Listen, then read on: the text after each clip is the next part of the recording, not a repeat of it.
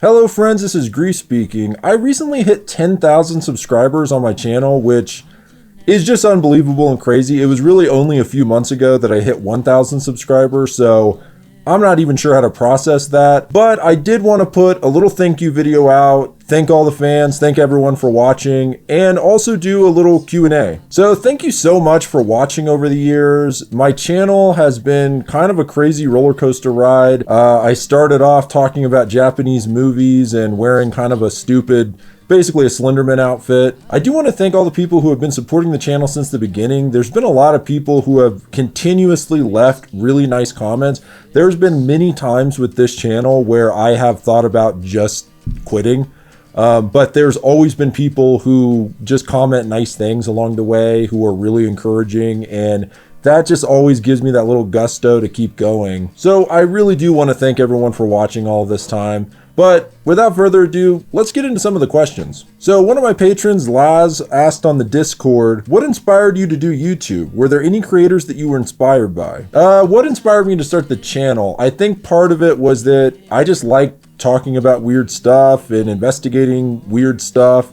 And I'm a big fan of horror movies, so I thought it was a good exercise in writing about things that I liked, writing about horror movies and things like that. I guess it just evolved from there. I grew up watching The Angry Video Game Nerd and all of the Monster Madness stuff, all the stuff James Rolfe did back in the day. I always really liked the effort he put into videos and the style, and I like the fact that he did a character, he portrayed a character, and he did it that way. People on YouTube now don't do that as often. For a while there on YouTube, the kind of aesthetic of a channel and the character that someone is playing was the essence of a channel, and now we've gotten so into the vlogging and stuff like that that it's become very transparent and there isn't as much of a theatrical element. Like I said, that's generalizing, that's more what's popular. Of course there's people who still do things like that, but I definitely liked that kind of golden era of YouTube, like maybe around 2008 2009, and I think probably the biggest influence for me as far as a lot of the horror commentary and stuff like that probably came from James Rolfe. I also obviously have to mention Wendigoon. Around the time that I started the channel, Wendigoon kind of just started taking off. I just happened to start watching, and if anyone doesn't know for some reason, Wendigoon makes videos, or started off making videos about icebergs, just like I do. And so I really liked the fact that Wendigoon, he would go into detail explaining all these parts of the iceberg, but he didn't go over the top trying to make it too spooky or creepy or like, oh, this is so scary. It was very informational, and he also kept it kind of light. So that was a big inspiration on me doing the icebergs in general, and also just trying to keep it light, making jokes here and there, and you know, making it more like fun, like we're learning about all these interesting things together, as opposed to like, oh, I'm gonna really creep you out, you know. So anyway, yeah, probably the two biggest inspirations. There's others as well, but probably the two biggest would be James Rolfe, and AVGN and Wendigoon. Busy Dizzy 9248. Hey dude, glad to be a part of your channel growth. What made you start your channel, and how did you decide on mainly horror content? I just really like horror. Anytime I can share obscure, kind of campy, weird horror movies with other people, that's a plus. And also, it's kind of hard sometimes to find other horror fans who are into the same stuff. There's not a lot of people who know what the Toxic Avenger is, but you know, there's not a lot of people you can really get into the weeds with, talking about, you know, all 10 Friday the 13th films. So part of it is like, hey, you know, it's hard to find people to talk to you about that kind of stuff. I'll just build my own community where I can talk to people about horror movies. So I guess that might answer your question. One of my patrons, Naomi, first patron ever, by the way, asked on Discord, how did you come up with the iconic mask? That's kind of a tough one, and I don't want to sound like pretentious or cheesy or something, but it did kind of just come to me. It's not something I put a lot of thought into, like taking different inspirations from things, but I probably was inspired by things when I look back on it. Probably some Tim Burton qualities to it, like Nightmare Before Christmas, kind of. It's kind of cartoonish and classic Halloween mask looking at the same time. Probably various like animes. The shape of the mask and everything is kind of based on some of the masks from like Naruto. And then also, this is more of an obscure one, but the Mighty Boosh. I have a Boosh poster behind me, which is a comedy show from the UK. I'm sure people probably know what it is, but there's like a specific art style to that show. One of the constant things you see is a sort of, it's hard to explain, sort of this mask looking character shape, and I think that part of the mask was based on the Mighty Boosh as well. I never specifically tried to make a mask based on these things, but if I think about it, I'm sure those were inspirations. So yeah, I guess I don't know if that's a great answer, but there's that. Mimi the Echidna says, what are some of the scariest scenes from movies you've watched? Also, congratulations, here's to your channel getting more recognition in the future. Thank you, Mimi. It really depends on the time period. There's things that scared me a lot more as a kid that don't really scare me now. I was terrified of Chucky as a kid, which probably led to my obsession with Chucky now. But yeah, I was really freaked out by Chucky as a kid. I was so afraid of Chucky that any small, like, evil thing in any movie would scare me. In fact, this sounds horrible, but like little people in movies actually used to scare me. I was like afraid of Munchkinland when I was a kid. And that was all due to the fact that I was afraid of Chucky, and some of the Munchkins from Munchkinland reminded me. The movie Signs, which love it or hate it, the movie Signs, the Mel Gibson movie that came out, that movie really spooked me out as a kid. There's a really creepy scene in that movie where he's out in the cornfields looking around, and you just kind of see there's actually a lot of creepy scenes in that movie. But anyway, yeah, Signs really freaked me out. As an adult, there are movies that can creep me out a little bit. It's less common, obviously. Hereditary is probably the scariest movie I've seen somewhat recently that actually freaked me out. There's some movies I didn't see till I was an adult, like The Exorcist, for instance. And even though it's like a 50-year-old movie at this point, there's some scenes in The Exorcist that really can creep me out. And also that are just like kind of revolting. There's anyone who's seen it, the scene with the cross, people will know what I'm talking about. That was like shocking for me to see. I was like, can you put this in a movie? So yeah, that really disturbed me. I remember when I first started getting into like Japanese kind of hyper violent movies, one of the first ones I saw was Tokyo Gore Police. There's a scene in Tokyo Gore Police where they enter this like nightclub where there's these like mutated people around, and let me just say there's some really disgusting stuff that happens that like shocked me when I first saw it. So I guess it's a fine line between being like scared and being shocked. But yeah, those are some examples. Rocket Girl 454 said, congratulations, I'm glad I found your channel. Definitely a hidden gem. I'd like to know the scariest thing you've ever seen online. Something about internet horror always gets me in a different way, so I love hearing about it. I agree. I think that some of the stuff that has creeped me out the most as an adult hasn't actually been horror films, but actually either scary videos or just creepy things I've seen online. Also, shout out to Rocket Girl 454 because they've been like following the channel forever. I think since before I had 1,000 subscribers. So as far as internet horror stuff kind of goes, it kind of depends on how you define scary. I actually made a video a while back, I think called something like things that actually scared me, and I talked about several online videos that really freaked me out. There's really a lot it's hard to pick from. I would say recently the Meat Sleep channel, which I've covered a couple times on my channel, those videos really freaked me out. I don't know what it is, the voice or whatever. That's one of the only times I was researching late at night for the videos, and I actually had to just stop and like I'll get back to this tomorrow. I had to go, put on something like fun to watch just so I could feel okay. Everyone probably knows about this, but I might be saying her name wrong, Eliza Lamb or whatever, the video of the girl who went missing and they found her in the water tower on top of this hotel, and then they found security footage of her in an elevator acting really weird. And I kind of talked about this in the things that scared me video, but like people not, the uncanny valley effect, like people not quite acting human or acting really deranged or something like that does freak me out a bit. And that video, I haven't really kept up on it, so maybe someone can comment. I don't remember if she ended up being on drugs or what, but it's like she's on drugs. She's like talking to people who aren't there, or maybe there is someone there. I just remember that video really freaked me out back in the day. Those are just a couple of examples. Naomi on Discord also asked, would you ever make merch? I would make merch. I don't know if anyone would actually like want it. So yeah, I guess let me know if you want a grief t-shirt or something like that. I would be happy to make that stuff and come up with some cool designs. But if I'm being honest, I don't know if anyone would actually want it. So, Laz asked on Discord, what's your content creation setup like? This will probably be boring to most people. I do pretty much everything through Adobe Premiere, and Adobe Audition. I've changed it over time. You can tell if you go back to the older videos, the audio quality, is much worse. The editing's not as good and stuff like that.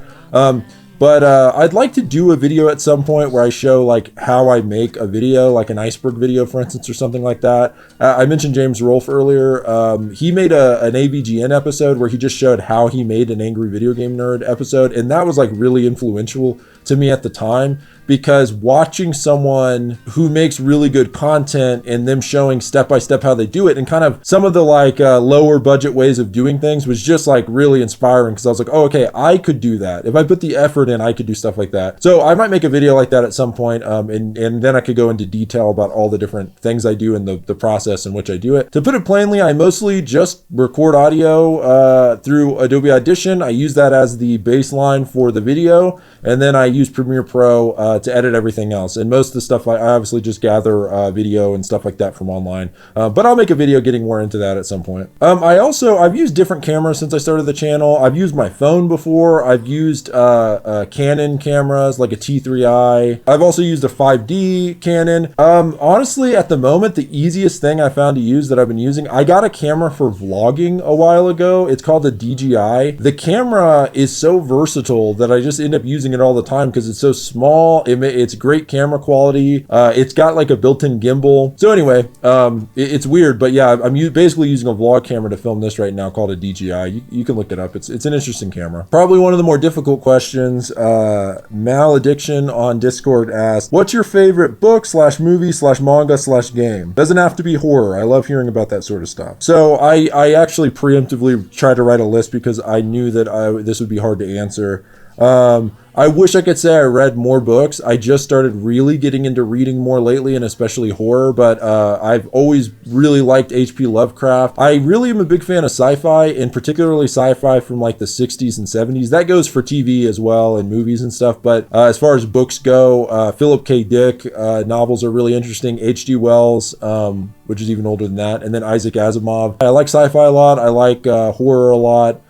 So yeah, give me recommendations on books to read. As far as movies, as much as I love horror, and I can name a lot of great horror movies that have been really influential to me, like Evil Dead. I like a lot of the Troma films, like Toxic Avenger, From Dusk Till Dawn is one of my favorite horror movies. I love the classic. It really, as far as movies go in horror, 80s is what I love the most. So like late 70s into 80s and then early 90s. I love all the big franchises like Friday the 13th, Nightmare on Elm Street. Nightmare on Elm Street might be my favorite as far as the classic slasher franchises, just because of the elaborate dream sequences with all the really cool body horror stuff. But if I'm gonna really give like top favorite movies, it ends up being a lot of comedies. Probably one of my favorite movies, if not my favorite movie of all time, is actually Back to the Future. I can watch Back to the Future every day. I love that movie. As far as action, The Matrix is just one of my favorite movies ever. That's an action movie that I could watch over and over again, and I do. And then a lot of comedies. Superbad is one of my favorites as far as like more recent comedies. Of course, it's like 12 years old, but you know what I mean. Wayne's World. I loved all the slapstick comedies.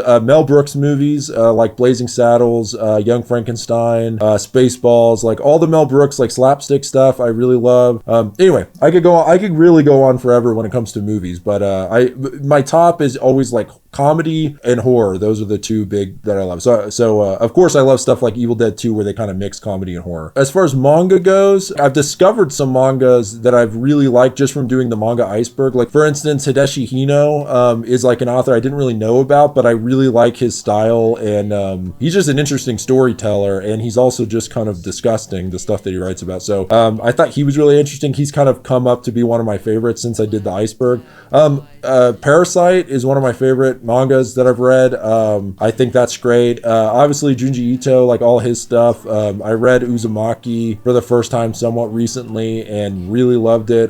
There's been some like hidden gems I found, like Bibliomania is one that I covered in the iceberg. I'd never heard of it, and I ended up reading that in one sitting basically. I thought that manga was so interesting, and I want to read it again.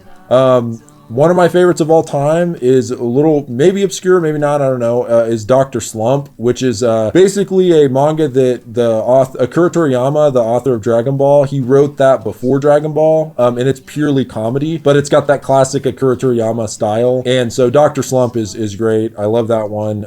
And also Dragon Ball, the original Dragon Ball. I like Dragon Ball Z and all of that, but when it comes to sitting down and reading manga, the original Dragon Ball I really like. I think it's because it's a lot lighter, and There's more of an adventure to it. But anyway, I'm not trying to start any debates about Dragon Ball Z, but as far as video games go, there's always like the tear between like, what do I think of as being a really impactful gaming experience to me? And then also what are games that I just come back to play over and over again? Kingdom Hearts. I love the Kingdom Hearts series, and just playing Kingdom Hearts 1 and 2. I go back probably every 2 years and get 100% complete on Proud Mode on Kingdom Hearts 1 and 2. Love those games. Zelda Majora's Mask. Ocarina of Time as well. They're kind of neck and neck, but the weird, obviously the horror elements and the weird nature of Majora's Mask with the 3-day cycle and everything kind of blew my mind when I first played that. So that's another one. I hate to be one of those guys, but Halo. I played so much Halo when I was younger and continue to play Halo now. Probably Halo 3 is my favorite in the series. Left 4 Dead was one that I played a lot back in the day that really kind of blew my mind. I love the idea of hordes and hordes of zombies. That was like the first kind of co-op game like that I played. And then as far as games I always come back to, Elder Scrolls Oblivion and Skyrim. Every couple years I go back and start a new save. I'll play those 2 games a lot. I like the Fallout series a lot. I could go on and on. There's a lot. I need to do some live streams sometimes, and then I'll have more time to talk about this kind of stuff. But Token of My Extreme asked, who are musicians you like? So this is good. This is the question that has the least to do with my channel, but I basically grew up on pop punk. So Green Day, Sum 41, Blink 182, Newfound Glory, Bowling for Soup. That was what I listened to all the time when I was younger, and I think that kind of ended up influencing a little bit of what I listen to now. So punk in general and different iterations of punk is usually my favorite genre. I also like emo stuff too, like Midwest emo. So a lot of the bands are kind of a mixture of those different things. And I can name some. I don't know if anyone will care, but probably right now some of my favorites are the Front Bottoms, Pine Grove, AJJ, Pat the Bunny, particularly probably Ramshackle Glory, which is like a band that he's in is maybe one of my favorites. Every once in a while I'll end up slipping into like classic country stuff, and I know everyone's tuning out, but stuff like Blaze Foley, Johnny Cash, Town Van Zant, just classic country. Sometimes I'll put that on for whatever reason. So I think I've gotten to most of everything there. I really hope this video isn't boring, but whatever. I just wanted to answer everyone's questions that they asked. If I rambled too much, I apologize. I will end it on one last question from Naomi. She said, do you have any pets? And yes, I do.